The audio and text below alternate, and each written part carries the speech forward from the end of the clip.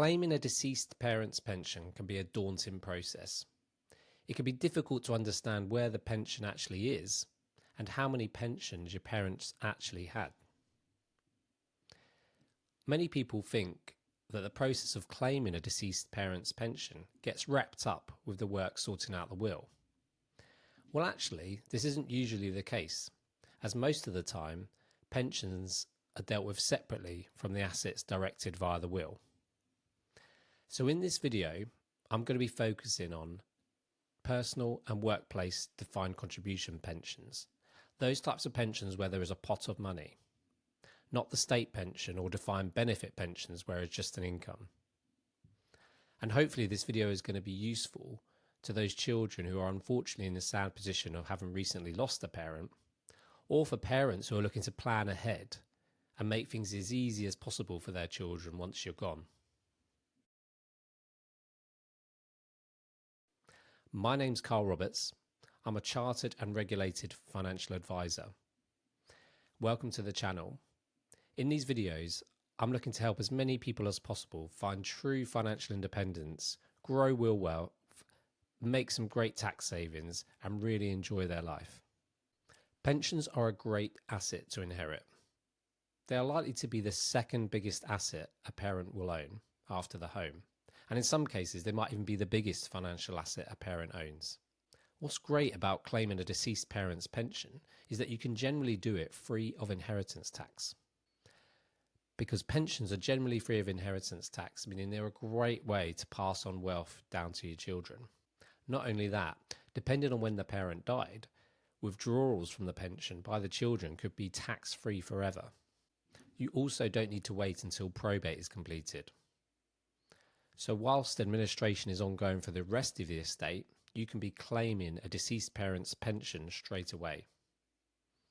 So unlike the long-winded process of having to value and sell a property, you can actually release cash from the pension straight away, quickly and easily.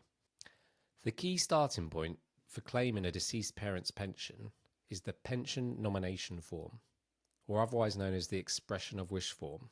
This document is a bit like a will, but for the pension only. It will state who the pension should go to on death. So here is an example of a pension nomination form used by investment platform Transact. As you can see, it's a pretty simple form and really easy to complete. Every pension provider will have their own version of this form. You just need to request it. Some providers will allow you to complete it online and others will require a written paper version. You can nominate whoever you want on the form to be your beneficiaries, and it can even include multiple beneficiaries. The beauty of a pension nomination form is that you can change it whenever you want. You just rip up the old version and complete a new one. You just need to make sure that the pension provider is clearly using the most up-to-date form. Now, just because a parent has completed a nomination form, it doesn't mean that the pension will automatically definitely pass to the beneficiaries they state. Now, the reason for this is because actually a pension is not technically owned by the parent.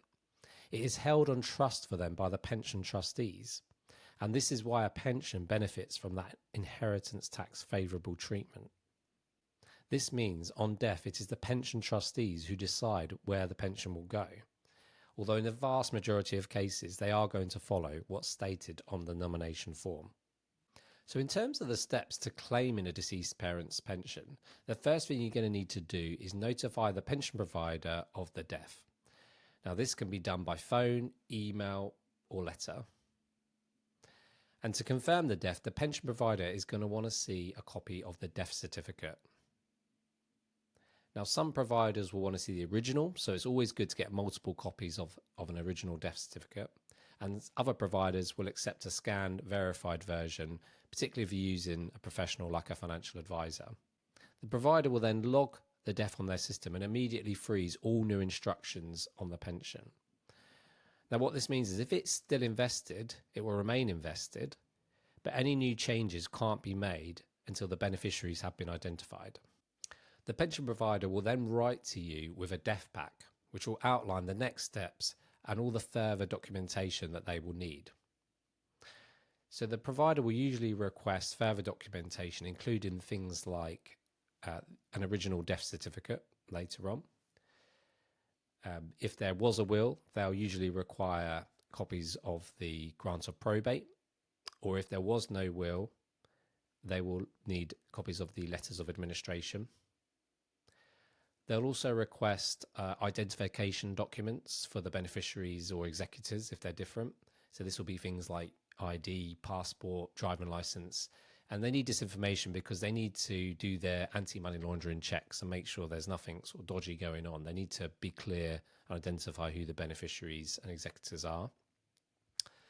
And then finally, they'll also request a pension death benefit application form, as this will tell them what is to happen to the pension benefits now. So once all that documentation has been sent in and processed, the pension provider will probably come back and ask a few additional questions, just so they can be really clear on who the family is and the actual beneficiaries. Now, every provider is going to work slightly differently, but in my experience, most providers can be very helpful at this stage during a difficult time. So if you do have any questions, don't be afraid to ask them.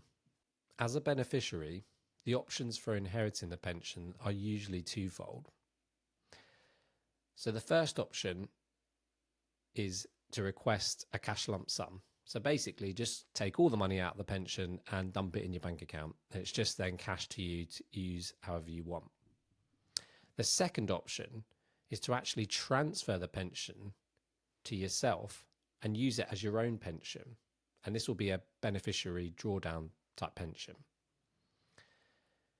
And there can be a very good reason and very good benefits and tax savings to keeping the pension as a pension. And I'm going to provide more information on this in an upcoming video, so look out for that. The key thing to do as a parent is to be organised. Make sure you've completed a pension nomination form and that is always up to date. In my capacity as a financial advisor and reviewing pensions on a regular basis, I'm astounded to find that lots of nomination forms are out of date.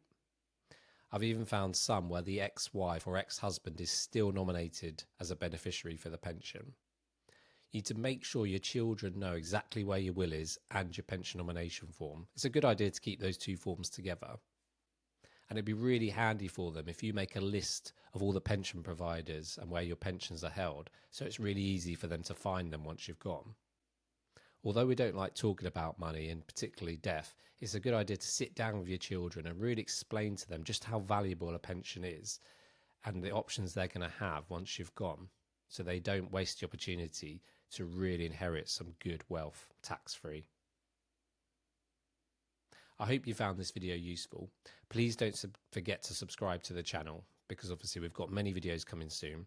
We usually release a video every week, sometimes more often. And we've got some good ones coming up, particularly around claiming state pension, death benefits, and also, like I said earlier in the video, understanding just why it's so valuable to keep a pension as a pension once you've inherited it from someone who's died. Until next time, take care.